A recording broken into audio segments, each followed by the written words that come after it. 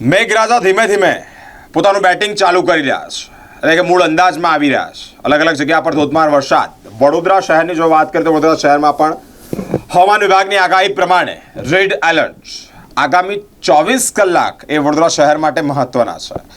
કારણ એનું છે કે વિશ્વામિત્રી નદી, જેને લીધે ગયા વર્ષે રૌદ્ર સ્વરૂપ વિશ્વામિત્રી નદીએ ધારણ કર્યું ને પૂર જેવી પરિસ્થિતિ, પરંતુ એ નદી વિશ્વામિત્રી નદીનું જળ સપાટી લેવલ વધી રહ્યું છે. ધીમે ધીમે આ લેવલ વધી રહ્યું છે, જેને લઈને મ્યુનિસિપલ કમિશનર અરુણ મહેશ બાબુ નદી આવ્યા છે, વિશ્વામિત્રી નદીની મુલાકાત કરે છે. લેવલ વધી રહ્યું હોય ત્યારે તંત્રને એલર્ટ રહેવા માટે પણ સૂચના આપી છે. સાથે સાથે આજવાની સપાટી પણ વધી રહી છે, કારણ કે ઉપરવાસમાં વરસાદ વરસી રહ્યો છે. પાવાગઢ, દાહોદ, પાવાગઢ અને હાલોલ વિસ્તારનું જે પાણી છે તે પણ આજવામાં આવી રહ્યું છે, જેને લઈને તેની પણ સપાટી વધી રહી છે. સાથે સાથે ક્વિક રિસ્પોન્સની ટીમો પણ કામગીરી તપાસે છે. ઉપરવાસમાં એટલે કે હાલોલ, પાવાગઢ, છોટાઉદેપુરમાં સતત વરસાદ વરસી રહ્યો છે અને આ પાણી આજવા સરોવરમાં આવી રહ્યું છે, એટલે તેની પણ જે લેવલ છે, સપાટી છે, તે વધી રહેશે. વરસાદ વધતાની સાથે વડોદરા મહાનગરપાલિકાના માથે ચિંતા વધી છે. ઉપરવાસમાં વરસાદી પાણીને લીધે વિશ્વામિત્રીનું જળસ્તર વધી રહ્યું છે, 10 ફૂટ પહોંચ્યું છે. કમિશનરે કહ્યું આ વરસાદ અમારી માટે લાઈવ ટેસ્ટિંગ છે. વિશ્વામિત્રી પ્રોજેક્ટની થયેલી કામગીરીની કસોટી પણ થશે. આજવા સરોવરમાં ડિવોટરિંગ પંપ બેસાડવામાં આવશે. આ પંપથી ઓવરફ્લોની સ્થિતિ પહેલાં જ સ્થળાંતર કરી શકાશે. વિશ્વામિત્રીના જ્યાં પાડાની માટી છે તે ધોવાશે. વિશ્વામિત્રીની એક ફૂટની સ્થિતિ પર તંત્ર નજર રાખી રહ્યું છે. આ અંતર્ગત મ્યુનિસિપલ કમિશનરે માહિતી આપી છે.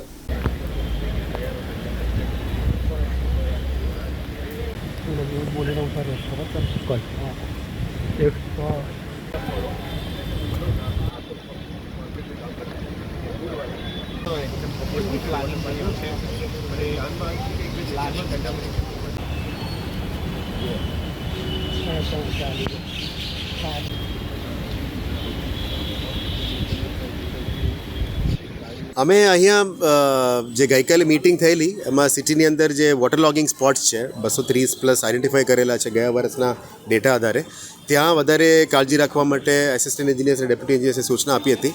અને ફાયર અને ઇમરજન્સી ટીમને પણ સતત ફિલ્ડમાં રહેવાનું કીધું છે, જેથી કરીને કોઈ જગ્યામાં ખાડાઓ પડે, ભૂવો પડે એમને જાણ કરવાનું કીધેલું. એટલે કાલાઘોડા બ્રિજ નજીકમાં એક ભૂવો પડેલો, એટલે ડ્રેનેજ ટીમ અને ફાયરના ટીમ અહીંયા અમને જાણ કરી કે સાહેબ અહીંયા એવું થયેલું, એટલે પ્રાથમિક ધોરણે આ જોવા માટે આવ્યા હતા. સાથે સાથે વિશ્વામિત્રીની અંદર નદીનું ફ્લો કેવું છે, કેટલા લેવલ છે એ પણ જોવા આવ્યા હતા. અત્યારે હાલ 10.5 છે, એટલે 37 સુધી જાય તો જ બ્રિજની ઓવરફ્લો થાય છે. હાલ સિટીની અંદર જે વરસાદ પડી રહ્યા છે એ જ પાણી બહાર નીકળી રહ્યા છે. અમારા નેક્સ્ટ ફોકસ રહેશે આજવામાં ઓવરફ્લો ના થાય, રૂ લેવલ સુધી મેન્ટેન થાય એના માટે જ રહેશે.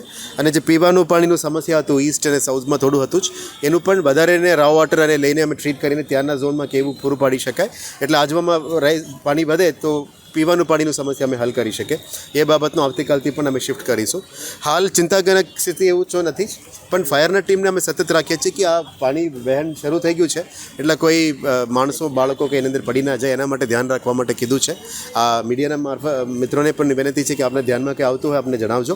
અને જે QRT ટીમ્સ બનાવીએ છીએ એને એક્ટિવ થયા છે કે કેમ એ ચેક કરવા માટે પણ અમે ફિલ્ડમાં નીકળ્યા છે, એટલે આપણી ટીમ્સ કામમાં લાગ્યા છે.